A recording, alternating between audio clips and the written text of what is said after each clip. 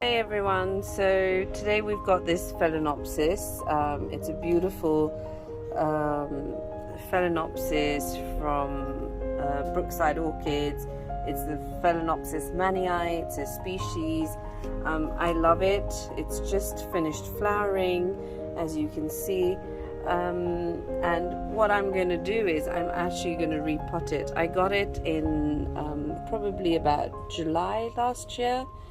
And I haven't repotted it. As you can see, this is the original pot. But as you know, I do like repotting my orchids to my media, to my mixtures, just so that I know that the care that I give it and the watering and everything is standardized along my Phalaenopsis. So I do want to change it. It's growing beautifully. Honestly, I would not change anything about this. If this was in media that I already knew what was in there, and I knew the water requirements and humidity and all of that, I wouldn't change anything about this pot, the way it's potted.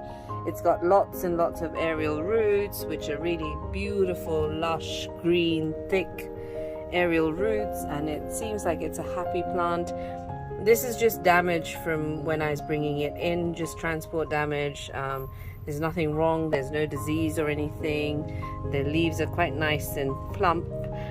They're a lighter color, and that's because of just the species. It's nothing to do with, you know, it being sick or a disease or anything. So I'm just gonna repot this. I'm gonna squeeze this out of the pot. You know, because it's a plastic pot, you can just nicely squeeze it out, and I'm going to squeeze it and clean it up and everything, and then I'll show you how to repot a Phalaenopsis orchid. So as I've just unpotted this, look who's popped out to say hello. It's a nice big old snail. So really happy that we managed to, you know, the timing kind of proves really vital. It's a snail. It could have done a lot more damage to the roots and to eating all the good roots and stuff. And this is probably why I've got a lot more aerial roots. I mean, I've just taken the plant out of the pot, and this is Mr. Snail. So goodbye, Mr. Snail. We have to say goodbye to you. I mean, it's nicely looking at the juicy roots that it's ready to eat, but kind of disappointed to tell you, Mr. Snail, not today, not on my watch. As you can see, the snail's had a really nice field day on a lot of the roots. You know, you can see it's eaten up through, and only the filament is left. So I just need to clean out these roots before I repot them. So I'm just going to show you how. So I've sterilized obviously my secateurs, and I'm just going to cut off here where you can see that there's a lot of rotting bits. So this is all not worth keeping. It's just going to rot away because obviously the filament is exposed. The filament, sorry, this is the root, and this little tiny thread inside the root is the filament. So that's actually the junction or the transport route for all the nutrients and water from the media up to the plant. Now the problem is that the outer covering has been destroyed, so the filament has no function. Now the nice thing about the Phalaenopsis roots is that they actually also photosynthesize. That's why they're very green in color when you kind of wet them and water them. So I'm just going to clean this up, and I will show you what we keep. You know, I'm going to also cut this root because really there's no point in keeping this. This is just going to rot. So I'm going to cut it here. Now wherever I make a cut, once I've finished, I am just going to spray it with hydrogen peroxide, and in the cuts of where I do on the body of the plant, I'll just sprinkle a little bit of cinnamon.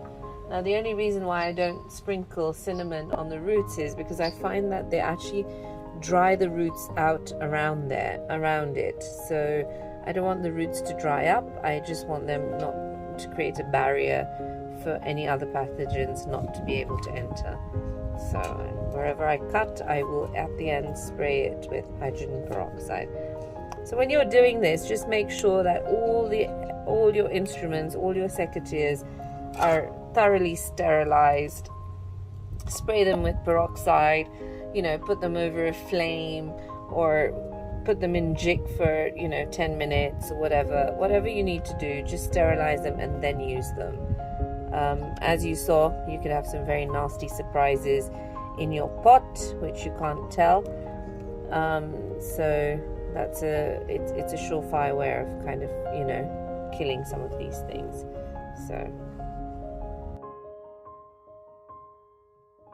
here's all the roots that I've cut off. Now it looks like a lot of roots. This plant had a lot of roots in the beginning when we took it out of the pot, and look what it's left with. I'm okay with leaving about 5 or 6 good healthy roots rather than a bunch of unhealthy roots and then having the same issue of rotting and stuff in a year's time. I'd rather give this Phalaenopsis a real fighting chance. Now the beauty about Phalaenopsis are they're such fast growers and they adapt really easily and really quickly to changes and repotting. So with Phalaenopsis I can be a bit more brutal about cutting the roots off and taking some more off the actual plant than I would with, say, a Dendrobium or a Cymbidium or anything else. So let's repot this. So I'm going to use this pot from Repotting Phalaenopsis. I love these pots because they have enough ventilation and slits around and at the bottom for it to be good air movement and good drainage through the media. And the other beauty is that it's clear. Like I said, the Phalaenopsis roots photosynthesize as well. So it's really nice that it's nicer to have clear pots for Phalaenopsis so that the roots can also help in growing the plant vegetatively. So I'm just going to try and see if this pot size will be big enough or good enough. Now as you can see, I've wet the plant, I've wet the roots. As always, before you repot, just try and wet all the roots, because they just end up being a lot more malleable for us to kind of play with them softly to make them fit into the pot. So there we go. Now because I've stationed it like that and I've positioned it, what I'm going to do is I'm just gonna without kind of playing around with it too much, I'm just gonna try and see if I can just push the media in while it's in the pot. So the media is bark and sphagnum moss. Here's another area where I use sphagnum moss, and the reason is because I don't tend to sprinkle as much as Phalaenopsis would like moisture, and because I'm putting them in pots with lots of slits, the water kind of goes through. So with sphagnum moss it allows me to have a lot more humidity in there and stuff. Just going to push this very gently.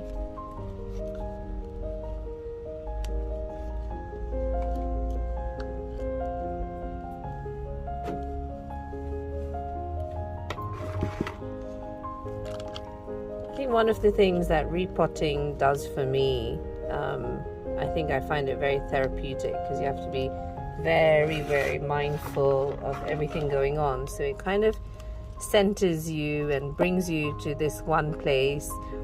You kind of stop thinking about everything else around you in the world, because you really have to focus really hard, because you don't want to break the roots, you don't want to break any keys. It really is very good for mindful learning.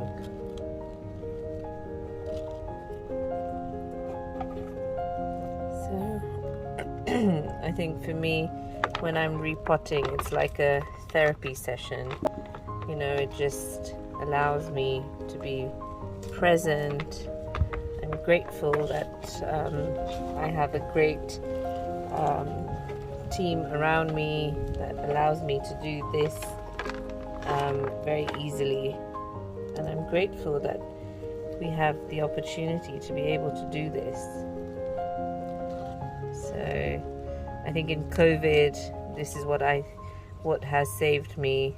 I think all my plants got repotted, because every day I would look for a plant that I could do, because I just, like I said, just found it really therapeutic. Now, if some of the roots don't go in, or you know, they're awkward to kind of put into the pot, don't worry about it. Just leave them out. I mean, it's okay. There's nothing wrong in having aerial roots. I've managed to kind of, you know, squeeze them in, so I have. But if I didn't manage, and if there was one or two roots that wanted to stay out of the pot, I would have just left them out. So don't stress about it too much. I mean, you know, they look good whichever way, and they're perfectly imperfect. As long as your main set of roots are in, that's quite good. Just going to raise this up a bit, because I don't want the stem, or the center stem axial sitting in the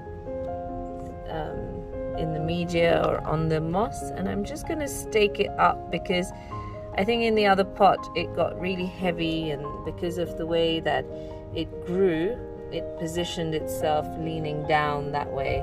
So you can see that we have more roots this way. So I'm just going to stake it up and kind of train it to go this way. Again, just careful not to damage the roots. You know, just twist it. So you can see already it's a lot more straighter, upright. There we have it. So that's a newly potted Phalaenopsis mannii.